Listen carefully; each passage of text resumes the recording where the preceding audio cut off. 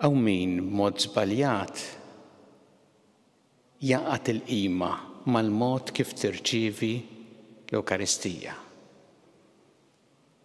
Aw min jgħid jekk tirċievi l-Ewkaristija fuq ilsienek qed turi qima kbira. Jekk tirċieviha f'idejk il-qimi jinqas. Dan huwa diskors li iħawwad il-moħħ u l-qalb. Il għaliex fl-istorja tal-Knisja jekk imorru lura l-ewwel insara li kienu jirċievu l-Ewkaristija f'idejhom kellhom qima kbira lejn l-Ewkaristija u għaddew għalilna tul is-snin. Nixtieq nfakkar fil-fatt xejn San Ċirillu ta' Ġerusalemm. Qed ngħidu fis-sena 348.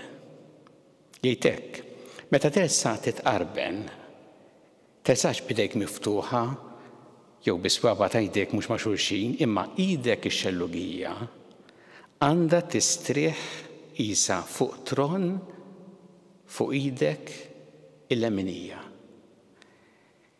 Li se tilqa' fiha s-Sultan fil-ħofra ta' idek ilqa' il-ġisem ta' Kristu u wieġeb ammen. Araw bliema qima jilqgħu l-Ewkaristija l-insara dak iż-żmien u f'idejhom.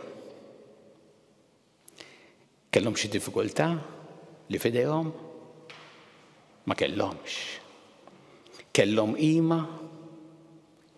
qima kbira.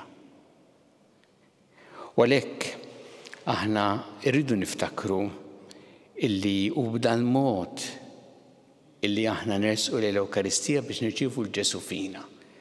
Illa għaliex meta l-Mulej ħalaqna ġbija tiegħu. Ma ħalaqx l-insien aqwa mill-lit, ħalaqna l-koll ġbija tiegħu, l-koll kemm lilna l-koll.